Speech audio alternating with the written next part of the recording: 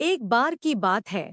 मोहन नगर एक छोटा सा गांव था। वहां की जनता बहुत ही खुशहाल और शांतिपूर्वक जीवन व्यतीत कर रही थी। मोहन नगर गांव में जय सिंह नाम का एक मुखिया था। वह अपने गांव के लोगों का बहुत ध्यान रखता था। वहां कोई चोरी और लूटपाट का काम नहीं होता था।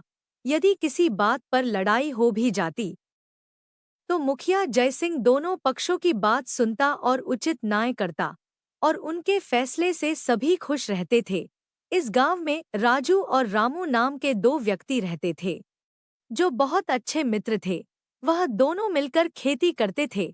राजू बहुत मेहनती था, लेकिन रामू बहुत आलसी था। वह मेहनत पर विश्वास न करके ऊपर वाले पर विश्वास करता था।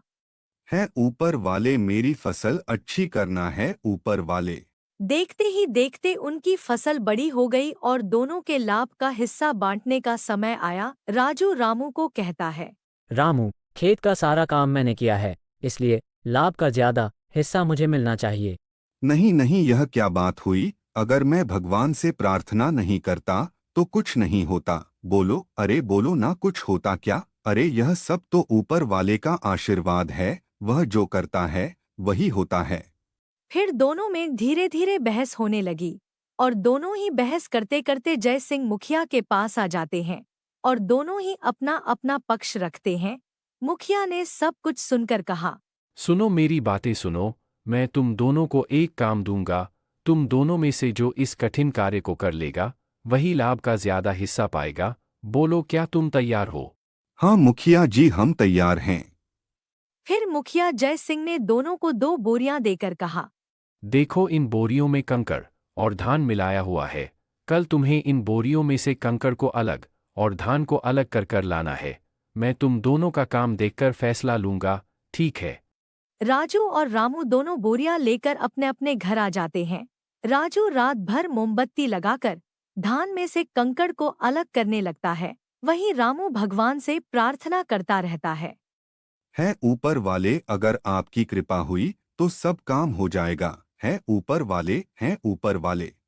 फिर अगले दिन दोनों अपनी अपनी बोरियां लेकर मुखिया के पास आ जाते हैं। फिर जय सिंह मुखिया राजू से पूछता है, बताओ राजू, क्या तुमने धान से सारे कंकड़ अलग कर दिए? नहीं मुखिया जी, मैं धान से सारे कंकड़ तो अलग नहीं कर पाया, लेकिन मुझसे जितना हुआ मैंने उतना कर दिया। कहो रामू, क्या तुमने धान से सारे कंकड़ अलग कर दिए?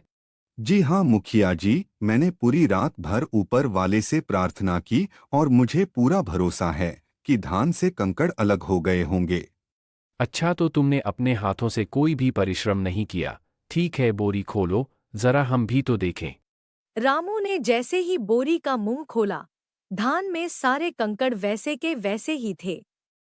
ये क्या? तुमने तो एक भी कंकड़ धान में से अलग नहीं किया। रामू, सब कुछ मेहनत करने से होता है। ऊपर वाला भी उसी का साथ देता है जो मेहनत करता है। बिना मेहनत के हमें कुछ भी नहीं मिलता, समझे रामू? रामू को सब कुछ समझ में आ जाता है कि उससे गलती कहाँ हुई है। इसके बाद दोनों खूब मेहनत करते हैं और दोनों अच्छा लाभ कमाते हैं।